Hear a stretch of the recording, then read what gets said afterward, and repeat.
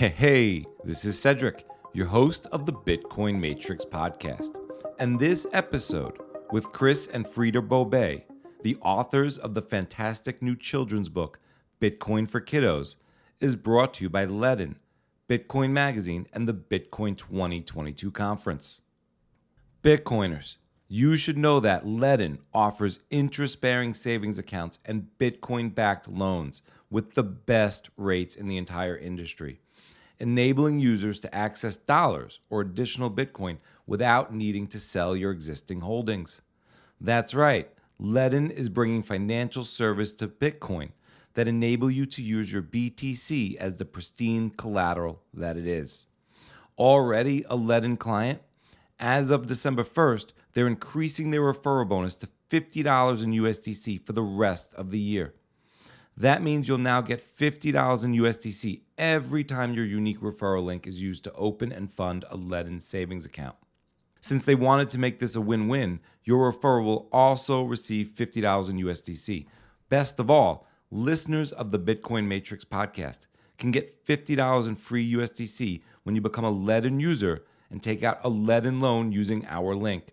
To learn more, sign up and get earning at start.ledn.io/Bitcoin Matrix. All right, please let me tell you about the Bitcoin 2022 conference. There's going to be Bitcoin musicians, Bitcoin artists, and your favorite Bitcoiners all in an amazing environment to party and just soak it all in and get people to realize that a Bitcoin world, a world where people are doing Bitcoin things, is the world that we all want to live in.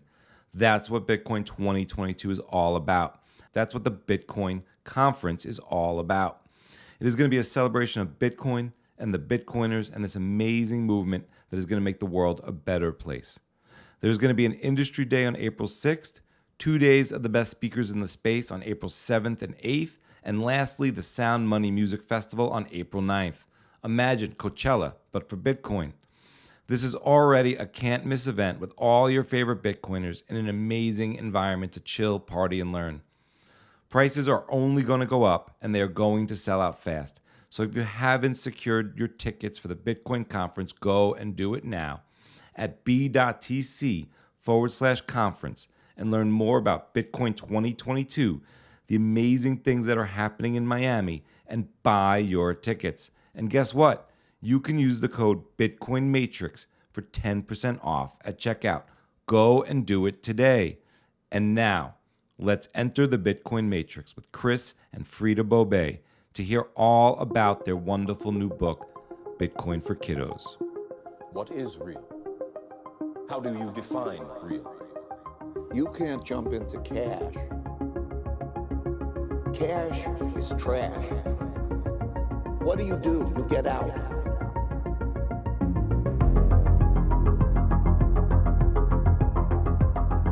Our kids are the future, and the book Bitcoin for Kiddos, which was written and illustrated by Chris and Frieda Bobay, was born out of a lack of educational material for children around this digital asset.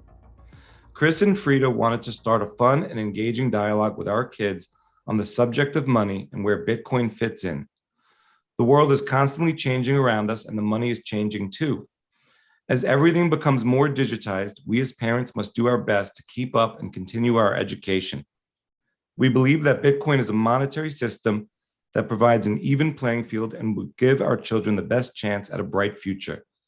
Chris and Frieda, welcome to the Bitcoin Matrix podcast. How are you guys?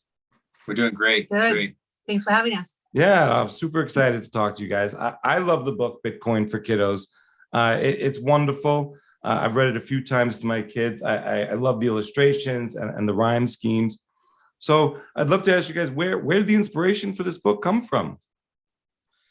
Oh, that's kind of a loaded question. Sure. It was years in the making, if you will. I grew up in a family with two parents that were both entrepreneurs. They both owned their businesses for a long time. They taught my brother and I kind of the value of money and hard work at an early age. And so we were always doing things behind the scenes to help them do some extra work that they didn't want to pay other people to do for them. Which included everything from stuffing envelopes to dot sealing magazines to folding trifolds that would go on TV advertisements at grocery or at stores. My mom owned a couple of accessory stores, women's accessory stores that we would have to help out with stocking and inventory and whatnot. So work was always a thing in my family from the very beginning. And I always wanted to try to find a way to kind of do less of that. And as I looked around and I saw a lot of, financially savvy people, if you will, or a lot of the wealthy people out there, it seemed like the more money they make, the less work they did. And to me, that was always kind of inspiring. So I decided early on that I wanted to get my background and my degree in finance, which I did from San Jose State. But I didn't really want to get the degree in the sense of becoming a financial advisor and kind of helping other people with their finances, because I just felt that was too big of a responsibility, if you will. And I didn't want to be responsible for anybody losing their future. But I did want to know more about money and how it all worked and the differences between money and currency and investing in assets and wealth appreciation and growth and creating this idea of generational wealth. And I got into this conversation with my dad when I was in college, and it had something to do with China and maybe them coming into the trade organization back in the early 2000s. And America and China never really had a great relationship, not even back then. And we were talking about what it would take in order for the world to get along with one another, or what it would take for America and China to kind of come together and have some sort of common ground. And through that discussion, the idea of a common currency came up in my mind as something that I felt like it could be something that people could grasp behind and understand and use interchangeably between one another, and really understand the value of each other's work in this global economy that's growing up here. And that conversation ended. We kind of decided that was probably not on the near horizon, and life moved on.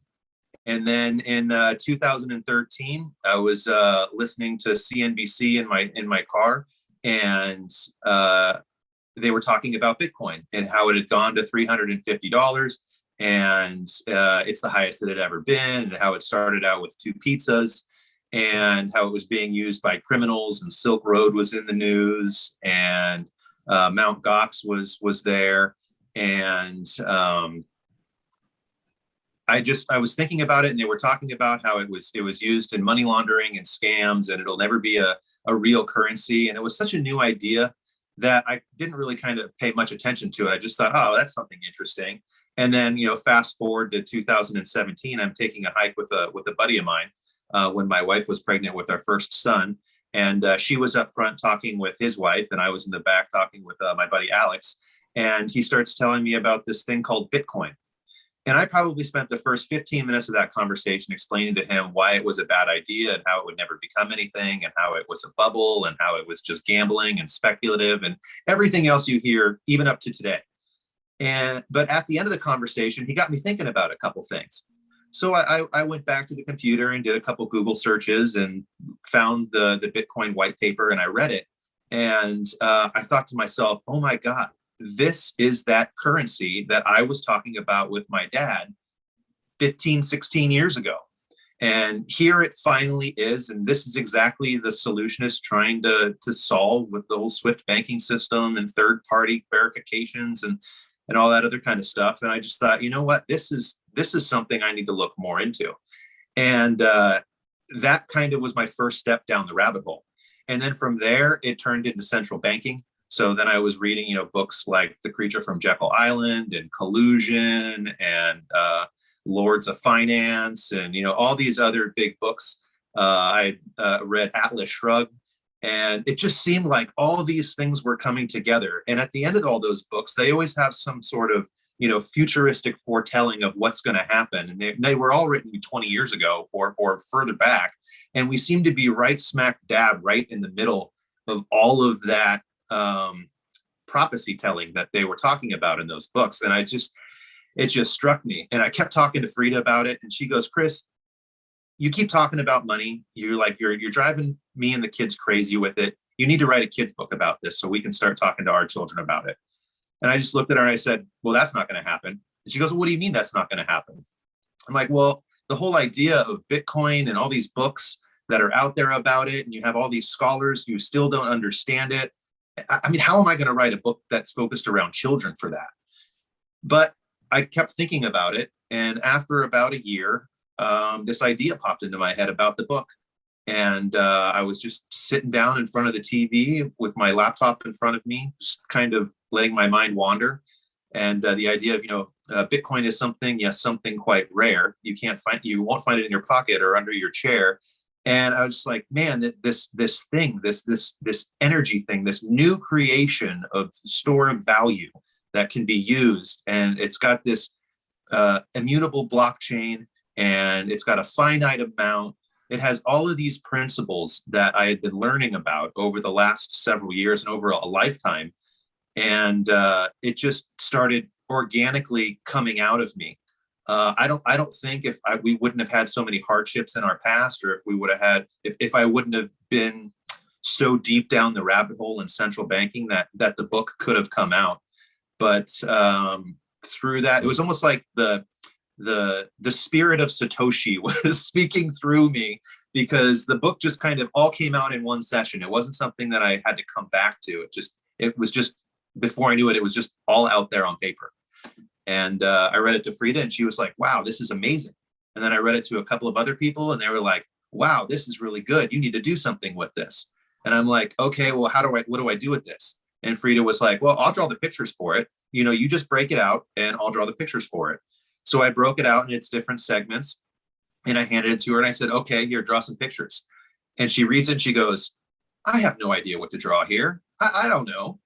So we probably spent the next 6 weeks after we put the kids to bed every single night, from about 8 o'clock until midnight, sitting around the dinner table with a bunch of pieces of paper out in front of us and just sketching out ideas and hashing out some thoughts and drawing out some things. And it was a great kind of a bonding experience for us. And at the end of the day, we had a great story that we could share with our kids and with families of the world.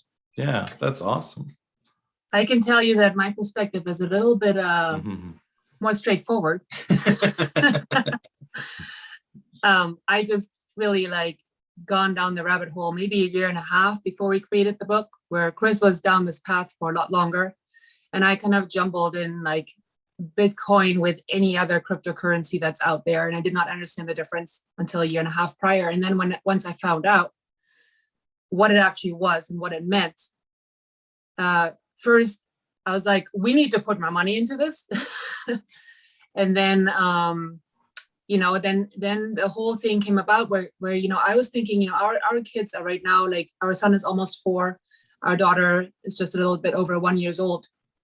And I was thinking, this is really for the future generation, right? We will see some of this, but our kids are the ones that have to carry that through. And I grew up in a household where I was not educated on money. We always had money. We didn't have anything missing, but I did not understand how it worked, how it was created, nothing about the background of it. And so when I started learning about that myself, in my age, I was like, my kids need to learn this early. So my mission, for, I would say a couple of months before, I sat down with Chris, was really, to create something educational for our kids that's fun, because, we try to teach them in conversation, but our kids love reading books at night. Mm-hmm. And so we're like, why not that? So we kind of talked about this book idea for a long time. And then I just remember the night, he actually wrote the story, I just came down, I was like, I'm done with this. We need to do something creative. I was just bored with the regular everyday stuff. And I was just like, let's, do something. And miraculously, with Chris's background, he just came up with the words. And like you said, then, within the next 2 months or so, we just literally kids are in bed, we're downstairs, working until midnight, trying to figure out the book idea. And it was a blast. I mean, it was really cool. And also the little nuances, how we have in there, the secret, if you're an insider, you understand what some of the things mean. If you are new to Bitcoin, you might not understand all the little, drawings and references that we have in there. Yeah. A lot to unpack there. 2 questions really come to mind. Frieda, do you remember, maybe if we go back to, before you got orange pilled, I guess, and, Chris is going down the rabbit hole, and he's learning about money, and, and Chris mentioned that, you guys couldn't write the book if you didn't go through the experience you did. So what was your sort of perspective then? It's like, I guess you're encouraging him to study and to learn and to eventually write the book. But do you remember, like, Chris, we might need to make money. Why are we spending all this time learning about money? Or what was kind of your take on that journey at that point for the family? No, I think I've always had the background where I really appreciated, like, I mean, Chris grew up in a very different sort of setting in his family. Like his dad did a really good job of educating them about money, and money was a conversation at the dinner table and what was going on in the economy and things like that. Honestly, with my background, it's always like money was there. Yes, you work for the money. I had like this notion within me since I think I was a little kid that this is somehow a fake thing. And that, I don't understand why people do things for money that they wouldn't normally do. And I think that's still like a value that I hold today. This is probably why when I actually saw Bitcoin, I was like, oh, this is mine, right? Because I feel like, a lot of people I will even talk to Bitcoin about, but their values are not aligned with Bitcoin. And so you won't get sucked in unless your values are aligned. That's how I see it. And it really, I always appreciated Chris, trying to teach me. And he's honestly been trying to teach me for years. We met when we were 16 years old, which is a long time ago now. And we, always had discussions around it. And I was just never into the details too much because it just was nothing that clicked to me. It wasn't something that, brought my energy to me, or, I very much work with people, and I'm a physical person, let's say it that way. And this whole idea thing about, where it comes from, what it is, like, was never really interesting to me. When I finally understood, when we went off the gold standard and how that changed money, and how maybe this is why I'm so reluctant to, understand what it is. And then understanding that, what central banks are all about, and that they're privately held. Like, I mean, this just happened, less than 10 years ago when I found out about this, and you would think that, me as like a working person in society, making a good income, that I would know more about it. So when I finally understood Bitcoin, when I read the white paper, when I understood what that meant for society, for our future, for our kids, that it's essentially, the value passing down, that's why I was like, wow, like everybody should know about this, and more people need to wake up to understanding money. Now, money has been an emotional thing for me, and I think it is for many people. And I'm almost starting to believe now that in our society, money is, perceived as something that should be taken emotional almost. Like society is not making it easy to talk about money. It's kind of like this pressure point that people don't want to talk about. It's kind of swept under the rug. And so I really appreciate even like Bitcoin Twitter, how people are just openly asking questions, and then there's answers, and you can ask the dumbest questions you want and you will always get a genuine answer. There's very few people on there that are just like pointing fingers, trying to know better, right? So yeah. Do you think talking about money is sort of taboo in our society? I mean, it's one thing maybe to talk about money, on Twitter, and you don't know each other and that kind of thing. Is it hard for us to talk about money at the dinner table, maybe with like extended family or across generations? I think depends on, I guess who you grew up with. I think that a lot of people, I hope that a lot of people that have great wealth, would teach their kids. Like I have relatives in my family that are definitely, their kids learn from an early age what the value of money is. I do think that some people are very narrow-minded as to money potentially shifting in form, right? So like moving on to Bitcoin, you can have, the person that understands everything about our current system, but they just don't have the foresight of understanding or even looking in the past, understanding the history around it to understand that it must die and there's something else that might be, coming forward. So do I think it's taboo? I think yes, in general society. I mean, people don't like to talk about how much money is actually in their bank account. When I came to the United States, I was very much shocked how many people, you need to have a credit card to establish credit, right? Right. In Germany, that's the way it is today too. But when I grew up, I had my savings account, and that's, what I had. That's traditionally, you spend what you have. And And so like, especially I think like, college kid nowadays, is gets the credit card, is spending all this money. No, I don't think they actually truly understand the value also of things, right? Everything is immediate nowadays. Go get your Amazon order, it'll arrive tomorrow. And I'm guilty of that as well, right? It's just really it's been really recently that I have to be more mindful and looking at what's true value to me, to my family. Do my kids need 500 gifts for Christmas? Because, they probably don't. There's other values that we're trying to give, such as like, quality time. Like, what does it mean to spend quality time? For the parent to be off the phone for 4 hours and spending that time at the playground, Right. That's quality time. And like, you don't see that a lot, right? And so that's another form of value. This is where I appreciate the value talks around, like Bitcoin gives value, but like, proof of work in a way, Yeah. It's so interesting. Chris, talking about across generations, you grew up thinking a lot about money and learned a lot of hard work and entrepreneurial pursuits from your parents. Have you talked to your dad about Bitcoin? Oh my gosh, have I talked to my dad about Bitcoin? Oh yes.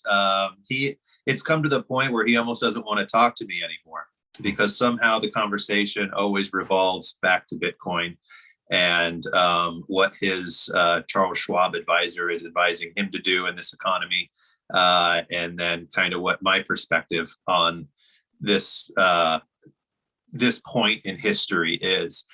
And to go back to money, kind of what you guys were talking about, people forget, or there's that old saying out there: those that don't learn history are doomed to repeat it. And they don't understand. A lot of people don't know that money has changed many times and has been in many forms, even here in the United States, since the founding of the country. There was a time when towns were starting to pop up across the Wild West as the country was expanding. And typically the wealthiest person in that town would start a bank, and he would bring his gold there, and other people would put their gold there, because gold is hard to store in your own home. I mean, you literally need to have guns and people protecting it. Otherwise, the chances of getting it stolen were very high. And so they would put them in banks, and rather than the bank always be handing you out nuggets of gold for whatever you needed to buy, they would create little ledgers, notebooks, checkbooks for you to draw against at the bank in the local town, in commerce. And then those banks would then be using intertown transfers of money through, of course, the whole Wells Fargo logo of the wagon, coming across the country, holding all the wealth of the town, with it. But they would each have their own type of dollars, if you will. And depending on the credit worthiness of the bank in the town that is trying to do the exchange with the other town, a town could tell you, no, I don't trust your money. I don't accept your money here. It's either gold, silver, or nothing. And so, there was a time when there were lots of different paper dollars floating around the United States. And then it wasn't until the 1800s, when the boom bust cycles and the government started to get more powerful, that the consolidation of those dollar bills started happening down to fewer and fewer and fewer, until ultimately, through some bad governance, I would say, the central bank was able to be created to create one currency. And then from there, it was a silver-backed currency and it was a gold-backed currency, and they had little red circles on them for silver and little blue ones on there for gold, or vice versa, until ultimately 1971, when Nixon closed the gold window, and then it all became fiat currency. Most people don't know. Sorry about that. No worries. Most people don't know that that history happened in America. And America is very comfortable and very used to having the currency change. I mean, there used to be $500 bills. There aren't. You can still find $2 bills in circulation, but they're very rare. And some cashiers, if you try to use them, won't even accept them, because it's so foreign to them that they don't even know that it existed. Right. So, those end up in in people's private storage as just kind of moments in time of history of a time that once was. Yeah. I'm kind of curious, how has Bitcoin changed you, Chris, in terms of, I mean, you thought a lot about what money could do for the world and if we could have a common currency, but, how's it, finding this maybe changed your perspective or things, or even just, your habits or something? There was a book that I read, and I can't remember which one it was, but they were talking about the idea of, and Saifedean talks a lot about this, about money being debt. And how in the idea in this book that I read, it's basically said, money is debt. In order for currency to come into existence, a debt has to be issued. And so if the United States were to pay back all of its debt, there would literally be no currency in circulation. And that just always really struck me.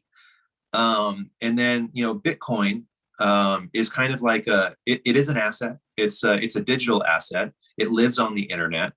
We're the first generation to really live without the internet and then live with the internet. Mm-hmm. And depending on where your family's position was in that, maybe you were one of the first ones you knew to have AOL, or, maybe you were one of the last ones to have like Netscape or AOL or any of the other dial-up services. And so, we all have that idea in our head of the sound of what the internet connection used to be when we dialed into it, and how sketchy it used to be, and how it started from this very rudimentary idea and very few places to go, just news boards and message boards and internet chat rooms, to what we have today, which is basically running the world's economy. And so, Bitcoin coming out over just the last 12 years, where it started and where it is just like a super accelerator on that pedal of the future happening. And what's so fascinating about Bitcoin is as the adoption curve of it continues to grow. And, Anthony Pompliano, on one of his recent shows, he was just looking at how many new wallets there were with less than 0.01 Bitcoin in it, and how it's in the millions now, and how the people with over 1,000 Bitcoins are starting to reduce. And so the decentralization of the network, and how it's maturing, and how it's giving more people opportunity, and how that opportunity that it's given to them, it's like freezing your energy, your proof of work, in a moment of time that you can use into the future without any loss of production capacity. So the more of it that you get, the more of this, time preference is a big part of the conversation right now that we're all talking about. And for the first time in a long time, we finally have an opportunity to get, again, to store our current needs for something better into the future. Whereas if you just listen to the news or CNBC or the Wall Street Journal or Newsweek or the Financial Times, really all that they're talking about is how inflation is picking up, prices are going up. There's this incentive to drive people to spend now, to increase the velocity, and then you got Jay Powell out there talking about how they're going to start the taper, but they're not really going to increase interest rates. All they're saying they're going to do is reduce the amount of liquidity they're pumping into the system every month now. Which means, I was thinking about that, and how that could create a time when banks are now going to be forced to hold the debt that they're issuing on perhaps their own balance sheets versus selling it to the Federal Reserve. So they're going to have to underwrite these things differently. Well, in that period, if credit is going to become more difficult to obtain, or harder for corporations to keep, Bitcoin becomes a real valuable source there, because it becomes the pristine collateral that families and corporations and city-states and nation-states are going to need in order to secure their families or their people's livelihoods into the future. Yeah. And so I know it's kind of a big circle on how Bitcoin has changed me and my ideas and behaviors. But it's an accumulation game right now. At some point, it'll be now you have the wealth. Now let's use the wealth to better the Right. family, better the society, better the world. But right now, as this thing grows, one concept that I always found really interesting when I first got into Bitcoin was Bitcoin is like owning a piece of the internet back in the 80s. If you could have bought a piece of the internet back Right. then, what would that be worth today? And that number, I mean, who knows what that number is? It's so big. I mean, even when people talk about, I remember when $1 million was a lot of money. Mhm. Now we're talking in the trillions of dollars, hundreds of Right. trillions of dollars. And that number is impossible to quantify. Yeah. If you could ask your Google or your Alexa, how long would it take to count to 1 trillion? And it's something like 43 years. If you did nothing but count to 1 trillion, Right, it's such a big number. Yeah. Yeah, it is mind-boggling. And it's hard to do any sort of math when the denominator is growing right alongside the numerator. So you can't even, what do these dollars mean and how do you count them and how do you value them? What is the metric? I'd love to kind of keep on with the Bitcoin changes you. And Frieda, you mentioned before the money was very emotional. Has Bitcoin changed you? And is money more or less emotional now? I would definitely say it's less emotional. I think the more you know about it, right? I mean, talk about emotions. I could go on for that, like I'm down the path of very, very many holistic things. So, but yes, I think, to get rid of emotions, negative emotions and other work involved, just that knowledge, right? But there's still some triggers that I have here and there, but it definitely has changed with Bitcoin. I think that I have a new installed sort of almost like a trust in not only this currency, but what this currency translates into.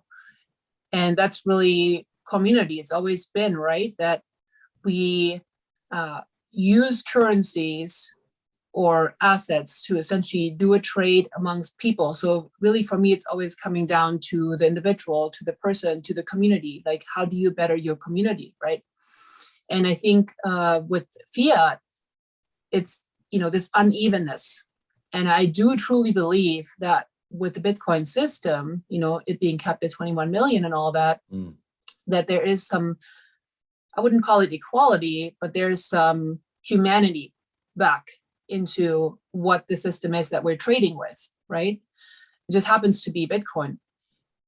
And, for me, I can tell you that there's definitely a change in behavior as far as also thinking about, for example, for me, it's very strongly at the forefront right now. It's merchandise and like, how many things do we really need, right? It even came down to when we created the Bitcoin for Kiddos book, we were thinking, when we get it out, like, why don't we do like a t-shirt with it? Why don't we do, a button that people can wear just to advertise, like our brand and get the word out?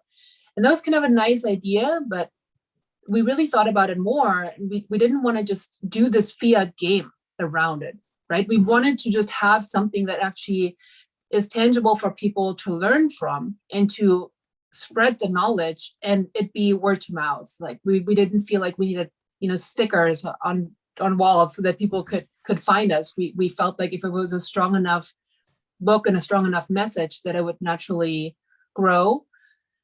And so I think that's one of the things that I just think twice nowadays when I buy toys or, anything that's going on for the kids, how much do we really need to keep up with the Joneses? Right. And it's good. It's really freeing. I mean, if you really sit down and you kind of think about what's the true needs, right? And get into meditation and all of that. It is something that is very freeing to say, we only really need very little. And even, if all this wealth comes around with Bitcoin, what is wealth if you don't know what to do with it? And so really for me, it's translated now into this mission of educating the future generation on what is money, how do we live with it today? How is it possibly transferring into the future, into Bitcoin? And also giving kids the confidence around it. For example, our son Benjamin, who's about to turn 4, there's a little event that's going on around the holidays where the kids are, if they want to, they can make little things that they can sell at a market, like a little holiday market. And I've talked to him about it several times, and he's just like, I don't want to do it. I don't, because I explained to him, this is how you can make money. We can actually, you can put in the work, you create whatever you want to create that you want to sell to the other kids.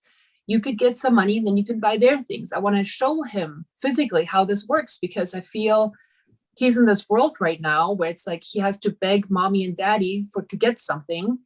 And then we either say yes or no. So he's really at our disposal, where I feel he's at the age where he could perfectly well decide, I want to, put in the work to do something. And I have the capability and the understanding that actually somebody finds value in my work and they're willing to give me something for that, if it's a trade or money, whatever it is, right? And to instill that confidence.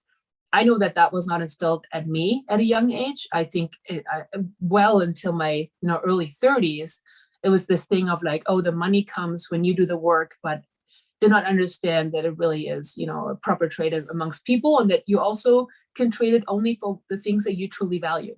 Yeah. That it doesn't have to be, you just don't have to get the next thing because this person has it. Yeah, one of the things we really wanted to create with the book, there's a lot of personal story in there, with kind of the beginning of it starting at the great financial crisis in 2008 and 2009.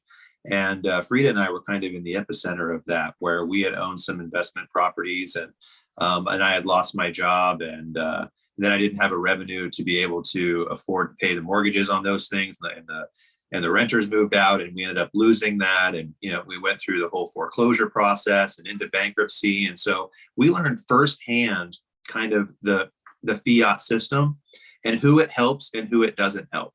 At the time I was trying to work with the credit card companies and see if I could pay off my debt there at a lower monthly amount, or what I could do on the interest rate or any of that kind of stuff. And the banks told me flat out, multiple banks told me flat out, if you want us to help you, you first have to start missing payments. Otherwise, they won't help you at all. Mm.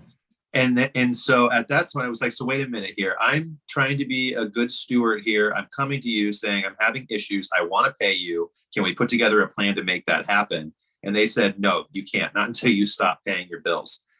And then I was like, okay, so what happens then? And then they say, oh, well, then, we can move you into this other program, and whatever your debt is, we can cut it down to half, and then you can pay that. And I'm just like, so you're just going to take a 50% haircut right off the top, and it doesn't mean anything to you? And they're like, yeah, well, we don't want to say it that way, but yeah, that's pretty much how it is. And then, so to go through the bankruptcy process, and the investment property that we had went into short sale. And then all of a sudden I got this check after the house was sold from Chase Bank for $10,000. And I was like, what is this check? And apparently there was some program during some stimulus package at the time, where if your home was in a short sale and it's sold, you would get a tax-free check of $10,000. I'm like, how does this system make any sense? So, we took that money, and I didn't touch it for years. It became part of the down payment that we have on the house that we own today. But that was kind of the trigger point that made me realize this system is really bad, and it's really only helping those closest to the money printer, the whole cotillion effect. And there has to be another way. And then again, the other way is Bitcoin. And I just don't see it any other way. And then, so with the book, kind of what Frieda's talking about is we want to give the experience and the knowledge that we have to our children, to help them get comfortable with those concepts and the idea of money, so that they'll be comfortable talking about it with their children. There's an old adage that I heard that was, the father starts the business, the son grows the business, and the child destroys the business. Because what happens is as the father's growing the business, he teaches his son how to operate the business, how to grow the business. The son is an integral part, always at the business, because the father's always there, right. Or father, mother, whatever. And then as they grow up and they have kids, now they're so consumed with the business, they don't have time for their children to teach them the same values that their parents taught them. And so when that business becomes inherited by the younger generation, all they saw is the benefit of it. They didn't see any of the hard work that went into sustaining the business, to keeping the relationships, to making sure you had inventory, to making sure you paid your bills on time. And what they end up doing is buying fast cars and RVs and motorcycles and vacations until at some point the money dries up and they have to sell the business, just to break even.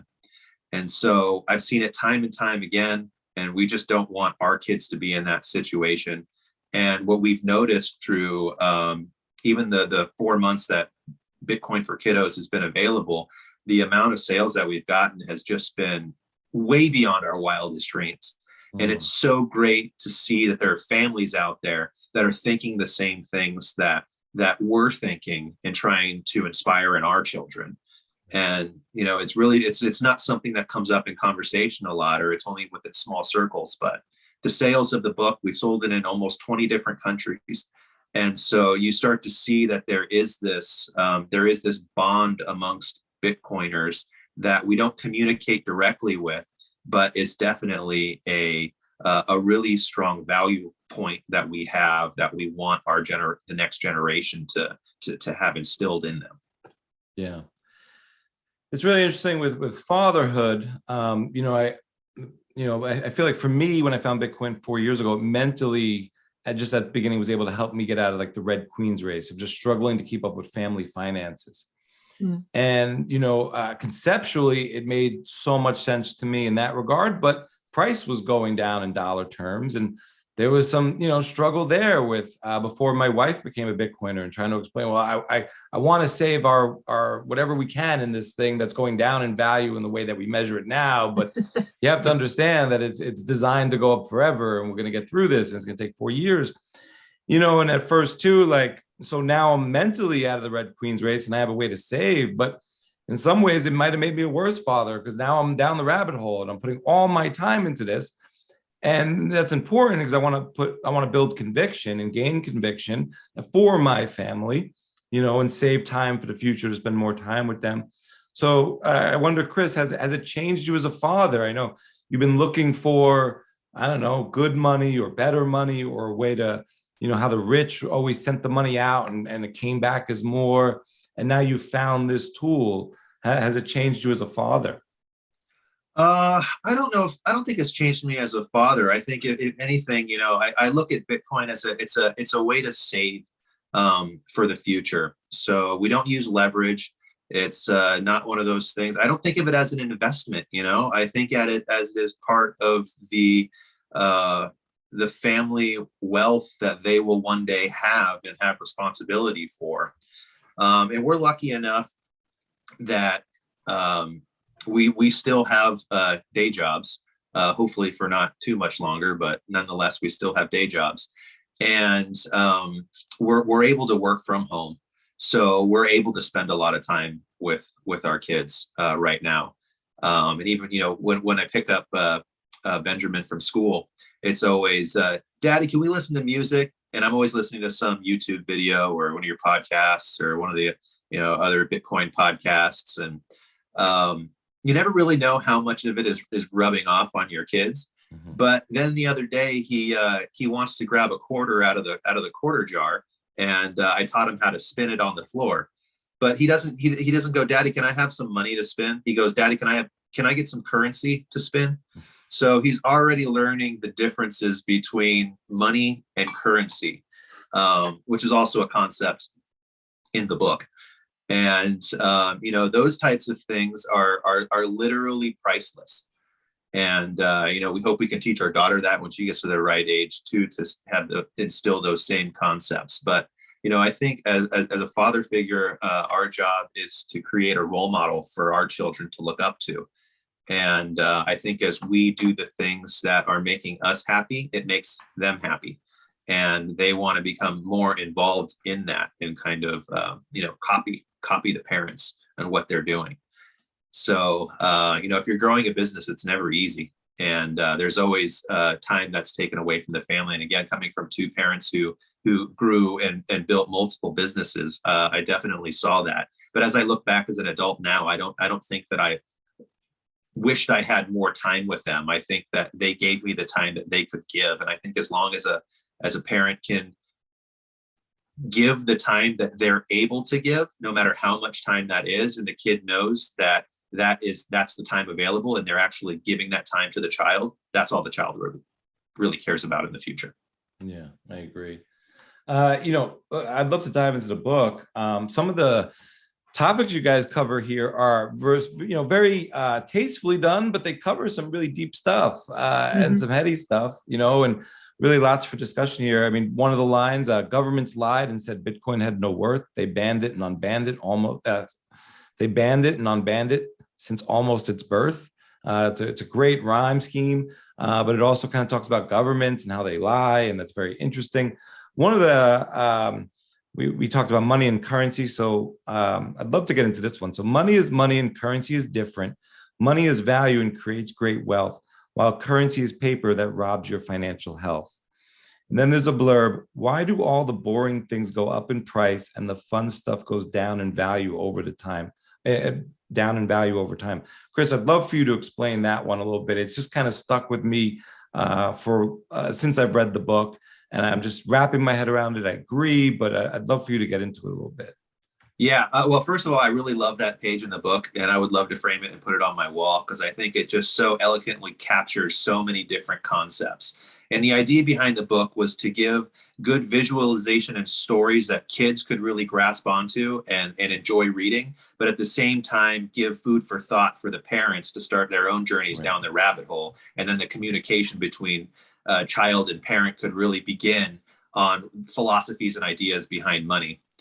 So with money is value that creates great wealth, and alongside that, why do all the boring things in life go up in price? Well, the boring things in life typically happen to be things that you put your money into that aren't really exciting on a day-to-day level, like your house, like, in the past, gold and silver, or Bitcoin, or a building, or, real estate property, or, empty land. It just kind of sits there. And on a day-to-day level, it doesn't really do anything for you. Whereas if you were to take that money and you were to buy a motorboat or a jet ski or a motorcycle, those things are all considered by society to be assets, but they're depreciating assets, right? So your car depreciates in value over time. If you buy it today, once you drive it off the lot, if it's brand new, it's already lost 15 to 20% of its value right off the top there. And so over time, those things ultimately become worthless. Whereas true assets become true assets in the sense of there's a scarcity component to it. Those things grow in value over time, or grow in price over time, so that you can then either sell for a profit or borrow against to buy other things that you want to have.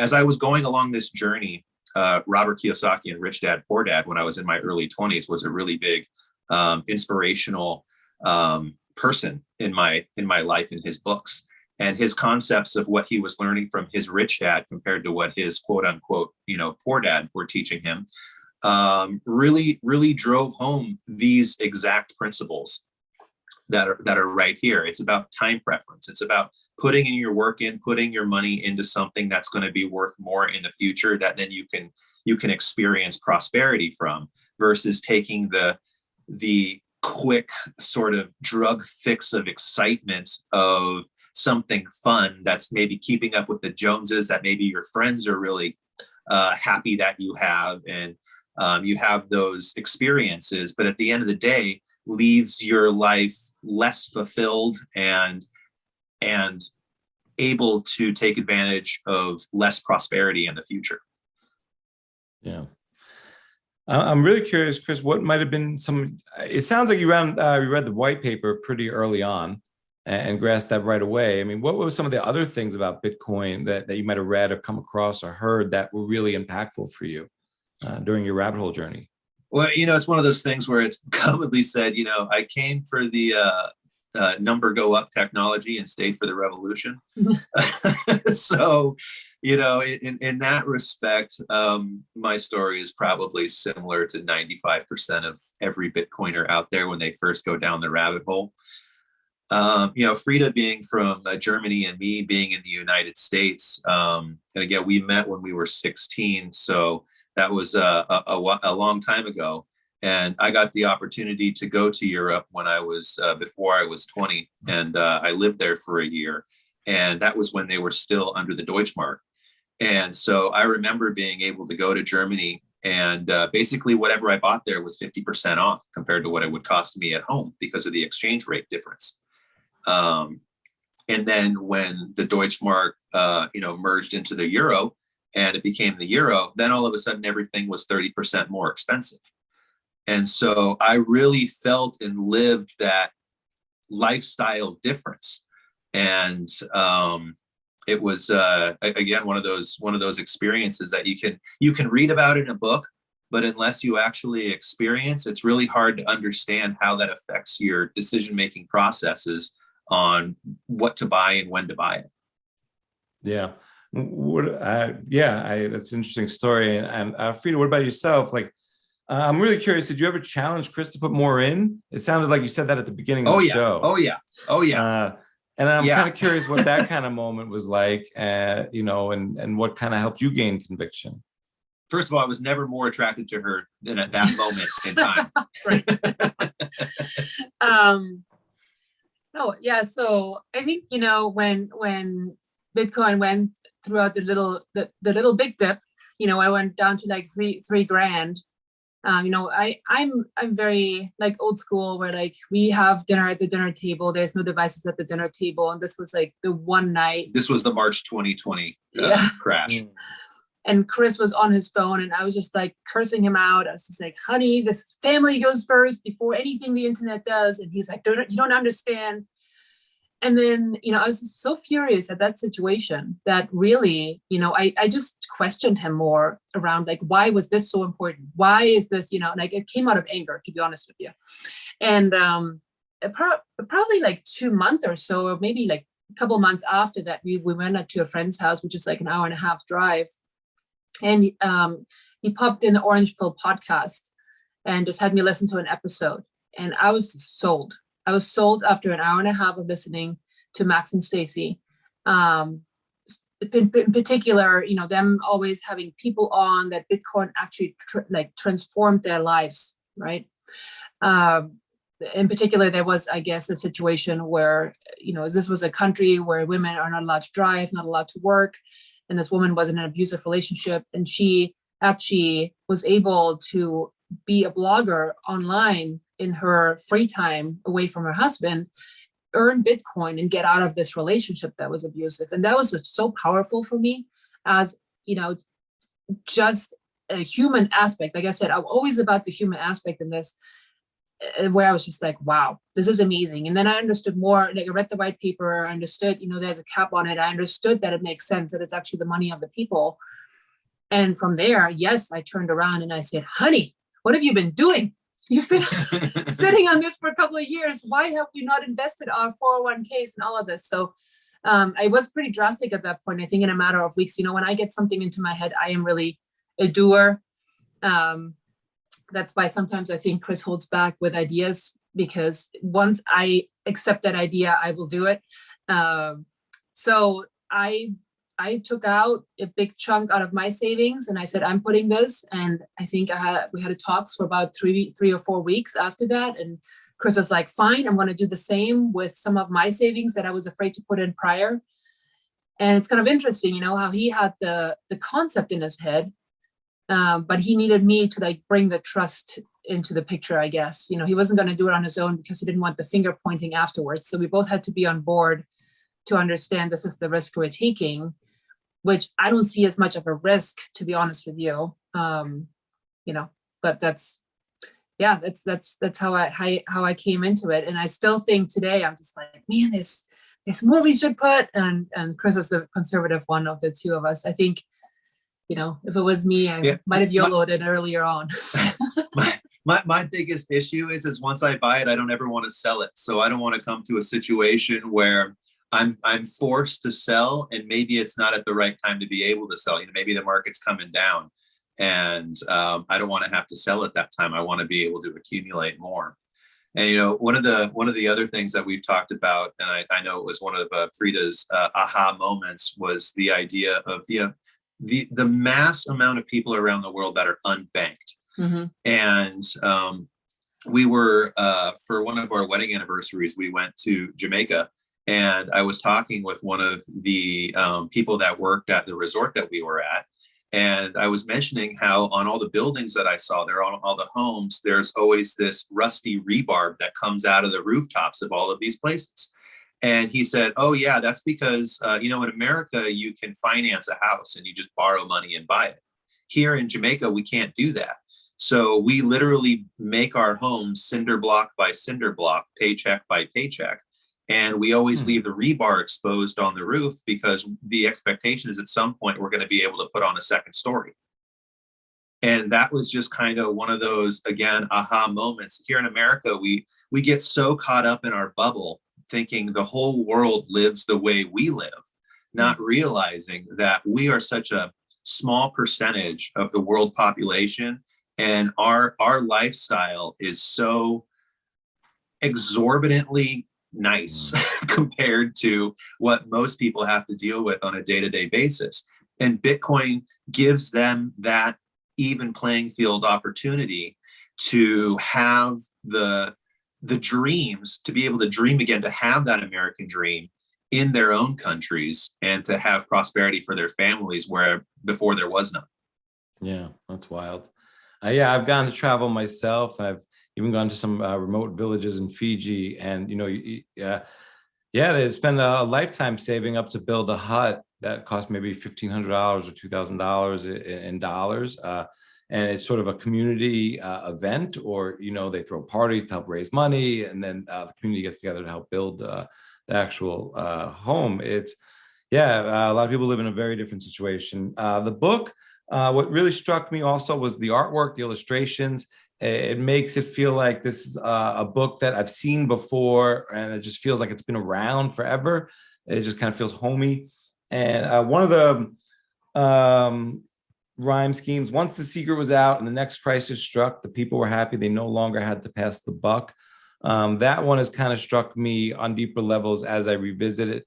And I really think about not just the concept of passing the buck or passing the problem, but really literally passing the buck, and the people don't want to use the dollar anymore. It's kind of hit me on a double meaning there. So what was some of the inspiration, Frieda, for the artwork? It is wonderful. It is very relatable. And, like I said before, it makes it feel like I've seen the book before. It's just another wonderful children's book. It just kind of fits right in. Where'd the inspiration come from? Well, thank you. I have an arts degree background, actually. So this was really a plan to make it relatable to even the youngest ones, right? So there's the reason that this is not like profound and, just very kids oriented. But I also wanted to make it approachable enough for even an adult to be able to read it to their kids. This is what we say, actually. If you give this to your friends' kids, the adults will be forced to read it. And we've actually heard a couple of stories now where, friends were orange pilled through the kids' book that is supposed to be just for the kids. It's approachable. And I think that's always important in learning. I think, that the trust of being able to ask questions, even in your own home, and a question is never dumb enough to be answered and not to be ridiculed for it. I think that is something that we are really doing in our house, and that we were able to, allow our kids to have. With the artwork itself, I have to say that I went down the deep end. When we started this, I was going down a completely different route. I was like, we have to bring the Genesis block into this. It has to be biblical. and Chris looked at a couple of first pictures that I drew, and he's like, no, this is not gonna happen. And then we were honestly just doodling, both of us. Chris has great concept in his head, but he's not able to illustrate them as best as I could. But he started just doodling, and a lot of those doodles were actually translated into the real pictures, 1-to-1, just in the look. I want to say I'm proud that I came up with the Bitcoin bunny, but he definitely was the creation of the rat. So it was kind of a teamwork there, and it's actually been really fun just to, be able to. This is one thing where skill comes in, and where it's kind of nice to actually go through the hours of just practicing something relentlessly. as a kid, even though I hadn't actually drawn in a long time, like just comes back to me pretty easy as to create just a concept, or even with the color schemes or whatever. And yes, like the homey feel is definitely a goal of mine, to like you feel warm and fuzzy reading it, even though the only really bad negative review that we've gotten, and this was from somebody that's not yet orange pilled. One of my friends actually bought the book, and she said she's not certain that she wants to read it to her kids because it's a little bit anti-government. And so I was like, okay, I get it. And that's for somebody that does not understand Bitcoin. So that's where the inspiration came from. Really, it's a teamwork. Even with the words came from Chris, but even sectioning it out properly and things like that was all teamwork as well. Yeah. Well, it is fantastic. Another line I love is it was created in a time when the world was in crisis. It grew to be something quite rare and something quite priceless. And I think about when I read that to my kids now, it's Bitcoin is still new to them. It's new as if it's brand new to everyone. It's only 10, 12, 13 years old. So it rings to me like the crisis is now, and Bitcoin is still born of this era. So it's just very current in that regard to the children. I don't think they think of it as the great financial crisis. They think about it as the crisis we're in now. So I thought that was really great. I love the glossary you guys include. One of the ways I've come across, Michael Karras wrote a kid's book for Bitcoin as well. It's a beautiful book. And this book as well, what I do when I give it to the parents, I recommend that they read it first. I know some parents, I don't want to feel like I'm trying to orange pills the kids behind their back. But for me, it really is trying to orange pill them. And if they're orange pilled, of course, they're going to orange pill their kids. But I want them to read it first, and I want them, to sink in. And it's under the guise of, read this first and then read it with your kids. But it's really about them reading it for me in a lot of ways. Correct. So, I really, I love the book and I appreciate it so much. I'd love for, please let everyone know where they could find you guys and the book and the website and things of that nature. Yeah, you can find our website at bitcoinforkiddos.com. And just right there on the homepage, if you scroll down, you can order it straight underneath the fold. And then we're also on Twitter under Bitcoin for Kid with a double D 1. And you can just search Bitcoin for Kiddos as well. But the actual handle is Bitcoin for Kid with a double D and then the number 1 on Twitter. And we're very active on Twitter. You can also find us on Twitter, on Instagram, thank you, at Bitcoin for Kiddos. Those are the really the 3 outlets. Yeah, and we're pretty good too. If you have any questions about the book, if you DM us, I usually get back to you pretty quickly on that. Some people, it's also kind of our customer service support center as well too. If you have any questions about shipping or what countries we ship to, one of the interesting things right now is we've actually had a lot of demand for the book in Australia. And it's really unfortunate that right now the United States Postal Service isn't able to ship to Australia.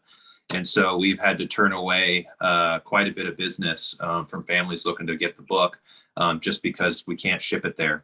And that's as of September. So we check regularly, and we're hoping that situation changes. We can ship at the low shipping rate that you would expect. So if you want it shipped to Australia, it's literally close to $100 with a special shipping service. We actually had one person buy it for that price to Australia. But that generally we can't ship it right now, I think, with everything that's going on in the world, particularly in Australia. Yeah, I get it. I mean, well, first of all, that's crazy, but this is information, and if people want to get their hands on it, it's priceless. And especially if you want to orange pill a generation of kids, $100 is not that much in the grand scheme of things, even though I know that's a lot of money. I love the book.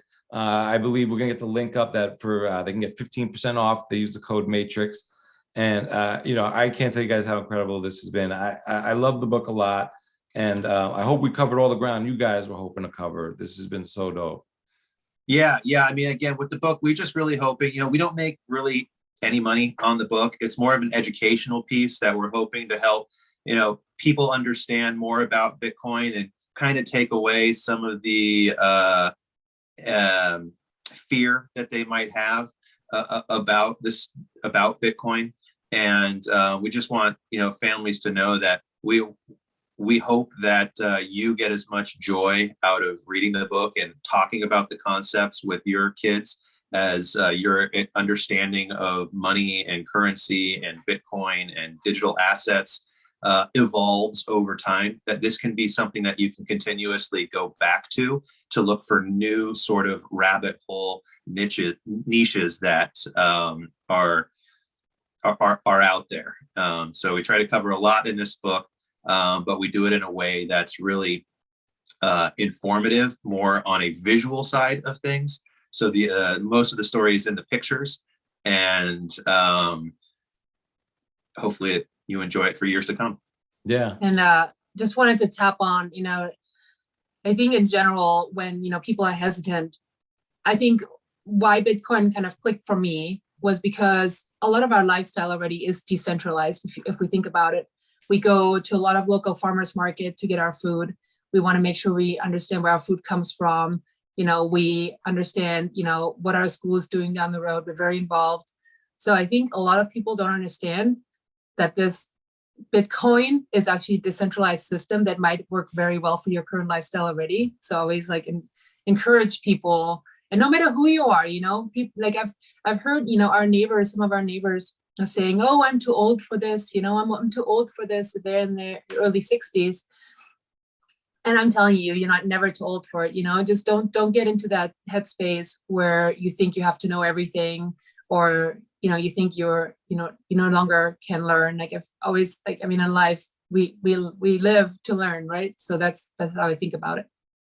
I agree. Yeah. So get the book, put it out at your next holiday party, throw it in your bathroom. If you don't have any children, yes, let your guests read it. Just have it out there unassumingly. And you'd be amazed at the questions and conversations that come 100%. up. We've gotten a lot of fun feedback from our friends that don't even have kids that do exactly that. Yeah.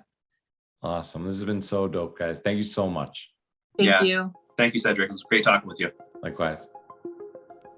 Chris and Frieda Bobay on their rabbit hole story, battling through economic hardships and creating their wonderful new children's book, Bitcoin for Kiddos, right here on the Bitcoin Matrix podcast.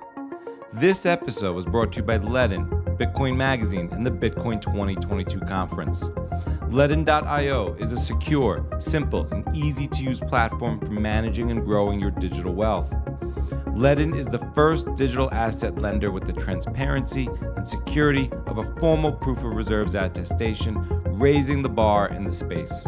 To open your account and get $50 free in USDC when you take out your first Ledin loan, make sure to head over to start.ledn.io/Bitcoin Matrix. Remember, prices for the Bitcoin 2022 conference will continue to go up, so buy your tickets today and make sure to use the code Bitcoin Matrix for 10% off at checkout. Also, make sure to use the code MATRIX for 15% off your order at bitcoinforkiddos.com. If you order today, you'll still have time for Christmas. And thank you for listening. Please subscribe, share, and write a 5-star review on Apple. And if you want to support the show more directly, I have tips enabled on Twitter at @SedYungelman. All your support means a lot and really helps us grow the show and continue to pump out fresh and dope conversations about Bitcoin and the implications of money on society, culture, and economics. Stack sats, stay humble, and stay laser focused. This is Cedric. Peace.